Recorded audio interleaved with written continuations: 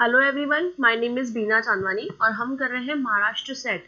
Maharashtra set का पहले हमने एक्सपेक्टेड आंसर की सॉल्व की थी और हर एक क्वेश्चन को बहुत अच्छे से डिटेल में स्टडी किया था। अब जो है वेबसाइट पे ऑफिशियल आंसर की आ चुकी है और यहाँ से आप अपना आंसर चेक कर सकते हैं। इसके अलावा आप किसी भी आंसर को चैलेंज कर सकते हैं और जो चैलेंज की डेट है वो है 28 अक्टूबर।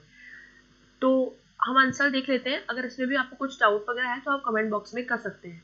और अगर आप आगे के लिए महाराष्ट्र सेट या नेट पीएचडी किसी भी चीज़ की प्रिपरेशन कर रहे हैं तो आप हमारे नया जो बैच है वो 11 नवंबर से स्टार्ट हो रहा है, तो आप वो भी ज्वाइन कर सकते हैं।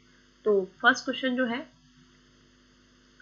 Question, recognition, positive reinforcement and employee empowerment can be used to avoid A. turnover, B. conflict, C. accident, D. frustration।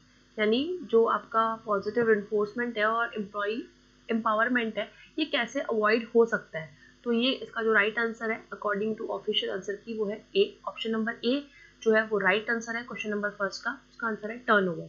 Turnover means managing for employ retention, involves strategic action to keep employee motivated and focused so they elected to remain employed and full productive for the benefit of the organization।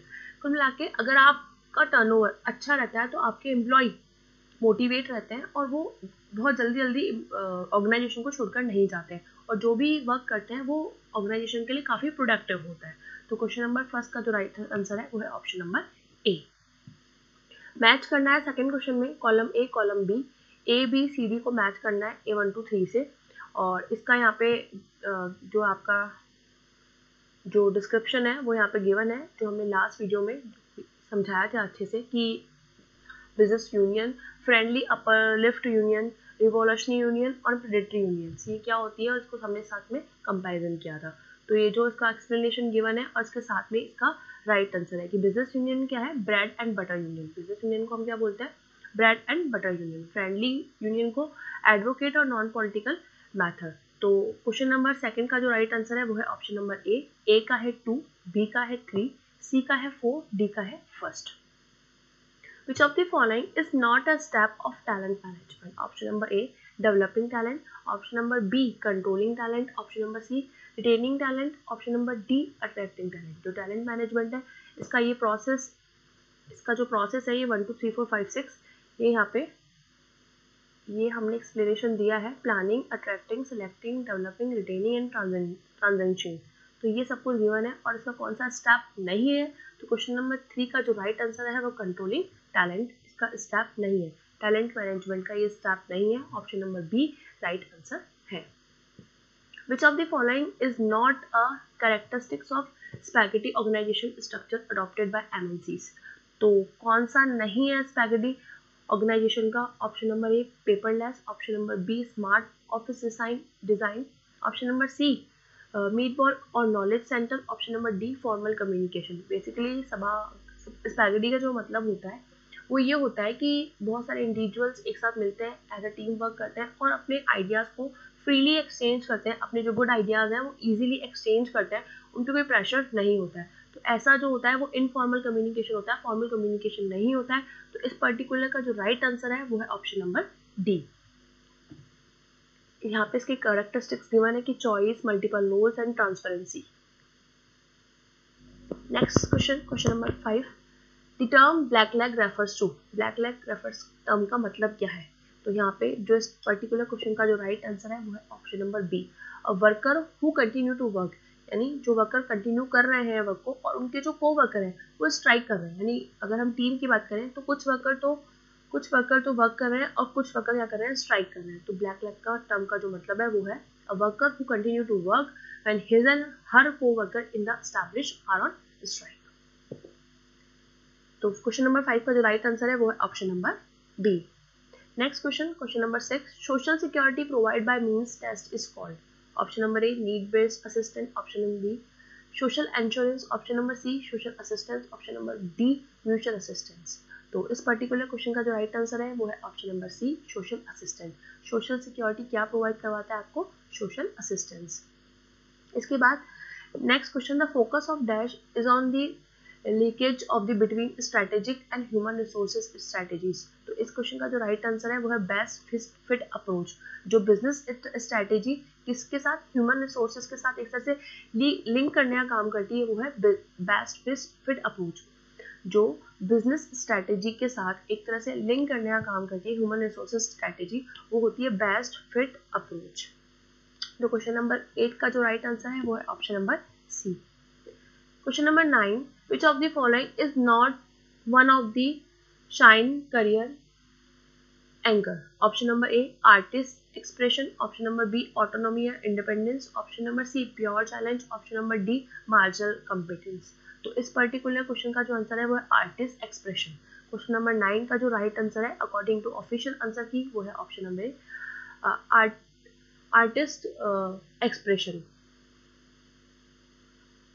Next question, question number 10. Bargaining that focus on convening the other parties that the cost of disagreeing with the proposed term would be very high is known as. तो जब bargaining power बहुत ज़्यादा high रहती है तो उसको हम क्या बोलते हैं, डिस्ट्रीब्यूटिव बार्गेनिंग। उसको हम क्या बोलते हैं, डिस्ट्रीब्यूटिव बार्गेनिंग। तो क्वेश्चन नंबर 10 का जो राइट आंसर है वो है option number B, distributive bargaining. 11 question number, assets are recorded at their original purchase. Assets are recorded at their original purchase price according to option number A, materiality concept. Option number B, historical concept. Option number D, cost benefit principle. Option number D, consistency principle. तो इस particular question का answer है historical cost principal. जो भी आपकी assets record होती है वो आपकी हिस्टोरिकल कॉस्ट पे रिकॉर्ड होती है, वो आपके मार्केट प्राइस पे रिकॉर्ड नहीं होती है। तो 11 क्वेश्चन का जो राइट आंसर है वो है option number B. Question number 12 next, dash ratio measure the speed with which the various account and assets are converted into the sales और cash. A, activity. Option number B, liquidity. Option number C, profitability. Option number D, leverages. Dash ratios measure the speed with the various account assets are converted into the sale और cash। यानी आपके कौन से ऐसे ratios हैं जो आपकी assets को बहुत जल्दी कैश में कन्वर्ट कर सकते हैं। तो एक्टिविटी, लिक्विडिटी, प्रॉफिटेबिलिटी और लिवरेज। इसका राइट आंसर है वो है एक्टिविटी। यहाँ पे जो हम बात कर रहे हैं वो असेट्स की कर रहे हैं, सेल्स की कर रहे हैं, इसलिए यहाँ पे पर्टिकुलर लिक्विडिटी रेशियो नहीं आया, इसलिए यहाँ पे एक्टिविटी रेशियो आया। और एक्टिविटी रेशियो को हम टर्नओवर रेशियो के नाम से भी जानते हैं। तो क्वेश्चन नंबर 12 का जो राइट आंसर है वो है ऑप्शन नंबर ए, एक्टिविटी रेशियो, जो बहुत जल्दी आपकी सेल्स को और एसेट्स को लिक्विडिटी में कन्वर्ट करते हैं या कैश में कन्वर्ट करते हैं। Next question number 13, which of the following show the summary of companies financial position at a specific date. ऐसा कौन सा समरी है जो स्पेसिफिक डेट को पोजीशन बताती है कंपनी की। Option number A, profit and loss account. Option number B, cash flow statement. Option number C, balance sheet. Option number D, income and expenditure. तो जो सी है, बैलेंस शीट है, वही आपके specific date as on 31 March या 31 जो भी होता है उस पर आप बनाते हैं, तो वो होती है आपकी बैलेंस शीट। तो क्वेश्चन नंबर 13 का जो राइट आंसर है वो है option number C. Total of all direct cost, total of all direct cost is term as dash. A, work cost. Option number B, prime cost. Option number C, cost of production. Option number D, cost of sale. तो जितनी भी सारी cost होती है उसको हम किस नाम से जानते हैं, वो होता है हमारा प्राइम कॉस्ट। उसके अंदर आपकी डायरेक्ट मटेरियल कॉस्ट आ जाएगी, डायरेक्ट लेबर कॉस्ट आ जाएगी, डायरेक्ट ओवरहेड कॉस्ट आ जाएगी। तो जितनी भी कॉस्ट ऐड करते हैं हम डायरेक्ट वाली, उसको हम शॉर्ट में क्या बोलते हैं, प्राइम कॉस्ट। तो क्वेश्चन नंबर 14 का जो राइट आंसर है वो है option number B. As per J Batty, standard cost represent dash under the given condition. Standard cost क्या रिप्रेजेंट करती है। Option number A, anticipated cost. Option number B, current cost. Option number C, historical cost. Option number D, unique cost. तो standard cost जो होती है वो एक तरह से आपकी एक्सपेक्टेड कॉस्ट होती है और उसको जो हम कंपैरिजन करते हैं एक्चुअल कॉस्ट से कंपैरिजन करते हैं। जब भी आपने स्टैंडर्ड कॉस्टिंग पढ़ा होगा तो उसमें दो तरह की कॉस्ट होती है, एक स्टैंडर्ड कॉस्ट होती है, एक एक्चुअल कॉस्ट होती है। स्टैंडर्ड कॉस्ट होती है जिसको हम अनुमान लगाते हैं, जो कि एक्सपेक्टेड होती है। तो इसको हम कैसे रिप्रेजेंट करते हैं, इसको एंटिसिपेटेड कॉस्ट के नाम से करते हैं। यहाँ पे ये ब्लू टिक इसलिए क्योंकि पहले जब हमने एक्सपेक्टेड आंसर की में जब इसको सॉल्व करा था तब इसका आंसर शायद हिस्टोरिकल कॉस्ट किया था, जबकि नहीं, स्टैंडर्ड कॉस्ट जो रिप्रेजेंट करती है वो एंटिसिपेटेड कॉस्ट होती है। तो आप वहाँ से भी अपना आंसर एक बार चेक कर सकते हैं। और स्टैंडर्ड कॉस्ट का मतलब क्या होता है, जो एक्सपेक्टेड है, जो एंटिसिपेटेड है, जो अनुमानित है, और उसको हम कंपैरिजन कर रहे हैं एक्चुअल कॉस्ट से। तो क्वेश्चन नंबर 15 का जो राइट आंसर है वो है option number A. Next question number 16, the only viable goal of financial management is, option number A profit maximization, option number B wealth maximization, option number C sales maximization, option number D assets maximization. Financial management का जो पहले गोल होता था वो profit maximisation होता था, but current era अभी जो गोल चल रहा है वो है वेल्थ मैक्सिमाइजेशन। वेल्थ मैक्सिमाइजेशन का जो पर्पज होता है शेयर होल्डर के शेयर की मार्केट प्राइस को हाई करना। तो क्वेश्चन नंबर 16 का जो राइट आंसर है वो है वेल्थ मैक्सिमाइजेशन। क्वेश्चन नंबर 16 का जो राइट आंसर है वो है wealth maximization. Next question number 17, which of the following approaches is similar to NOI approach of capital structure decision. कौन सी ऐसी अप्रोच है जो नेट ऑपरेटिंग इनकम के इक्वल है? एनआई अप्रोच, जबकि अगर आपने फाइनेंशियल मैनेजमेंट किया होगा तो एनआई अप्रोच और एनओआई अप्रोच दोनों ही बहुत अपोजिट है। किसी में कैपिटल डिसीजन जो है वो रेलेवेंट है, किसी में इररेलेवेंट है, तो ये ए ऑप्शन तो हो नहीं सकता।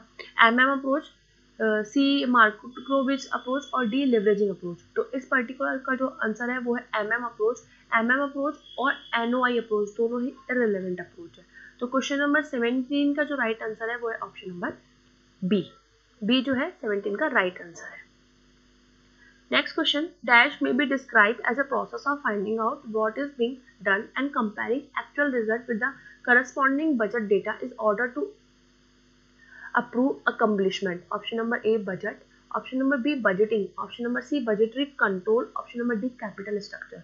तो जो हमारा हुआ, जो हमारा एक्चुअल में रिजल्ट आया और जो हमने सोचा था, उन दोनों में जो कंपैरिजन किया जाता है वो किया जाता है बजटरी कंट्रोल में। तो क्वेश्चन नंबर 18 का जो राइट आंसर है वो है option number C. Budgetary control में be describe as a process finding out what is being done and comparing with actual result. जब हम हमारे स्टैंडर्ड को एक्चुअल से कंपैरिजन करते हैं तो हमारा क्या होता है बजटरी कंट्रोल। तो क्वेश्चन नंबर 18 का जो राइट आंसर है वो है option number C. Next 19 question, which is the correct equation that calculate P, profit before tax? Assume S का मतलब है सेलिंग प्राइस, V का मतलब है वेरिएबल कॉस्ट और N का मतलब है नंबर ऑफ यूनिट्स, मतलब U का मतलब है नंबर ऑफ यूनिट्स और टोटल फिक्स को हम डिनोट कर रहे हैं F से। तो S, V, U and F, option number ए। ये क्या होता है मैं आपको बता देती हूँ। सबसे पहले आपका सेल होता है, सेल में से आप लेस करते हो वेरिएबल कॉस्ट, तो ये आपका आता है प्रॉफिट, कंट्रीब्यूशन, और कंट्रीब्यूशन में से आप लेस करते हो फिक्स कॉस्ट,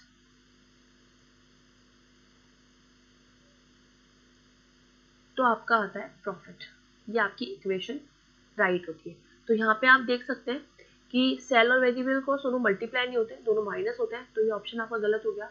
फिक्स कॉस्ट और सेल ये दोनों मल्टीप्लाई नहीं होते, तो ये आपका ऑप्शन गलत हो गया। वेरिएबल कॉस्ट में से सेल लेस नहीं होती, सेल में से वेरिएबल कॉस्ट लेस होती है, तो ये ऑप्शन आपका गलत हो गया। यहाँ पे आपने सेल्स में से वेरिएबल कॉस्ट लेस करी तो ये आपका आया कंट्रीब्यूशन, और कंट्रीब्यूशन में से आपने फिक्स कॉस्ट लेस करी तो ये आपका आ गया प्रॉफिट, और उसको आपको किससे मल्टीप्लाई करना है, यूनिट से मल्टीप्लाई करना है। तो इस पर्टिकुलर क्वेश्चन का आंसर है P equals to U S minus V minus F, जो कि आपका सेल्स में से वेरिएबल कॉस्ट लेस करेंगे तो कंट्रीब्यूशन, और कंट्रीब्यूशन में से फिक्स कॉस्ट लेस करेंगे तो वो आपका आएगा प्रॉफिट। तो क्वेश्चन नंबर 19 का जो राइट आंसर है वो है option number B. Next question, dash is caused due to fix operating expenses in a firm. Dash is caused due to fix operating expenses in a firm. Option number A leveraged buy out, option number B operating leverage, option number C financial leverage, option number D combined leverage. तो जो आपकी operating cost या fix cost को represent करता है वो होता है आपका ऑपरेटिंग लिवरेज। क्या होता है आपका operating leverage. 21, given the coupon rate to be a constant, the value of bond as it approaches to maturity will be coverage to dash. Option number A, its par value. Option number B, redemption value. Option number C, issued value. Option number D, premium value. तो इस particular question का है answer है redemption value. जब maturity के बाद आप अपनी बॉन्ड को एक तरह से रिप्रेजेंट करते हैं तो उसको एक टेक्निकल टर्म में बोलते हैं रिडम्पशन वैल्यू। क्या बोलते हैं उसको, रिडम्पशन वैल्यू। तो क्वेश्चन नंबर 21 का जो राइट आंसर है option number B dash. Question number 22, project A and B mutually exclusive project. जो दो प्रोजेक्ट हैं वो दोनों एक दूसरे के म्यूचुअली एक्सक्लूसिव हैं। और हैविंग द इक्वल लाइफ्स, यानी उन दोनों की लाइफ क्या है, इक्वल है. तो criteria use to be when there is an conflict in choice by using NPV और आईआरआर. क्या देखना है आपको कि दो प्रोजेक्ट हैं जो कि म्यूचुअली एक्सक्लूसिव है, दोनों एक दूसरे के अगेंस्ट है और दोनों की लाइफ भी क्या है, अनइक्वल है. तो वहां आपका कौन सा मेथड ज्यादा सूटेबल होगा, एनपीवी मेथड सूटेबल होगा कि आईआरआर सूटेबल होगा. जब भी आप एनपीवी और आईआरआर लगाएं तो जब भी म्यूचुअली एक्सक्लूसिव प्रोजेक्ट होता है ना, उसके लिए एनपीवी सूटेबल होता है. जबकि कैपिटल रेशनिंग की सिचुएशन है तो आपका पीआई प्रॉफिटेबिलिटी इंडेक्स सूटेबल होता है. तो इस पर्टिकुलर क्वेश्चन का आंसर क्या है, एनुअलाइज एनपीवी. यहाँ पे जो हमने राइट आंसर पहले बताया था एक्सपेक्टेड आंसर की में, वो आईआरआर बताया था, लेकिन अकॉर्डिंग टू ऑफिशियल आंसर की इसका जो राइट आंसर है वो annualise NPV, net present value. जब आपका प्रोजेक्ट म्यूचुअली एक्सक्लूसिव होता है तो वहां पे एनपीवी ज्यादा सूटेबल होता है कंपेयर टू आईआरआर के. तो क्वेश्चन नंबर 22 का जो राइट आंसर है वो है option number A. Next question, NPV assume that intermediate cash flow are reinvested at dash but IRR assume that intermediate cash flow are reinvested that dash. ये बोल रहा है क्वेश्चन कि आपका एनपीवी किस पे रीइन्वेस्टेड होता है और आपका आईआरआर किस पे रीइन्वेस्टेड होता है. Option number A cost of capital IRR, option number B IRR और cost of capital, option number C rate of inflation and rate of discounting, option number D IRR और एआरआर. तो जब भी आपका एनपीवी रीइन्वेस्टमेंट होता है तो वो अपनी खुद की कॉस्ट पर होता है और आईआरआर की खुद की कोई कॉस्ट नहीं होती है, इसलिए आईआरआर जो रिप्रेजेंट होता है, सॉरी रीइन्वेस्टेड होता है, वो किस पे होता है, एक तरह से खुद की ही कॉस्ट होता है आईआरआर पे. तो इस पर्टिकुलर क्वेश्चन का आंसर है कॉस्ट ऑफ कैपिटल, जो कि एनपीवी रीइन्वेस्टेड होता है, एंड डी जो आईआरआर है वो खुद की ही कॉस्ट पे रीइन्वेस्टेड होता है. तो क्वेश्चन नंबर 23 का जो राइट आंसर है वो है option number A cost of capital and IRR. Which of the following is not a DCF discounted compounding factor technique for the capital budgeting decision? कौन सा नहीं है? ऑप्शन नंबर ए NPV, जैसा कि आपने देखा net present value. Option number B benefit cost ratio, जिसको हम शॉर्ट में पीआई भी बोलते हैं, मतलब प्रॉफिटेबिलिटी इंडेक्स का जो दूसरा नेम होता है वो बेनिफिट कॉस्ट रेशो होता है. Option number C internal rate of return, जिसको हम शॉर्ट में आईआरआर बोलते हैं. Option number D discounting rate of return. यहाँ पे ए बी सी तीनों ही मेथड को हम डिस्काउंटिंग करते हैं, लेकिन आईआरआर जो होता है वो सबसे ट्रेडिशनल, सबसे पुराना मेथड है और उसको हम एक तरह से डिस्काउंटिंग नहीं करते हैं. तो IRR, pi index and NPV, ये तीनों ही इनको हम डिस्काउंटिंग करते हैं, लेकिन ARR accounting rate of return को हम डिस्काउंटिंग नहीं करते हैं. तो क्वेश्चन नंबर 24 का जो राइट आंसर है वो है option number D discounting rate of return. यानी ए बी सी तीनों ही आपके मेथड है डिस्काउंटिंग के, लेकिन डी जो है वो मेथड नहीं है और यहाँ पे आपको नॉट पूछा था. तो क्वेश्चन नंबर 24 का जो राइट आंसर है वो है D. Next question, under what condition is Walter model similar to the MM hypothesis with regard to payment of dividend. Option number A R is greater than K, यानी R मतलब return ज्यादा है आपकी cost of capital से. Option number B R is equal to K, R बराबर है आपका return आपके कॉस्ट ऑफ कैपिटल के बराबर है, and R is less than K, R जो है आपके के से कम है. तो वॉल्टर की जो अजम्पशंस थी उसमें सबसे इंपॉर्टेंट अजम्पशन थी वो ये सिर्फ अजम्पशन मान के चलता है कि आपका रिटर्न और आपका कैपिटल दोनों एक तरह से इक्वल है. आप एक्सटर्नल फाइनेंसिंग नहीं कर रहे हो, सारी की सारी फाइनेंसिंग आप इंटरनल से कर रहे हो. तो क्वेश्चन नंबर 25 का जो राइट आंसर है कि वॉल्टर की कौन सी अजम्पशन थी कि आपका रिटर्न और आपका कैपिटल दोनों इक्वल होने चाहिए. तो आज के लिए सिर्फ इतना. आप अपना आंसर यहाँ से चेक कर सकते हैं, ये ऑफिशियल आंसर की है, यहाँ से आप चेक कर सकते हैं. और अगर किसी भी क्वेश्चन में कोई डाउट है या चैलेंज है तो 28 अक्टूबर लास्ट डेट है, तो वहाँ पे आप अपने क्वेश्चन का चैलेंज भी कर सकते हैं. आज के लिए सिर्फ इतना. Thank you so much.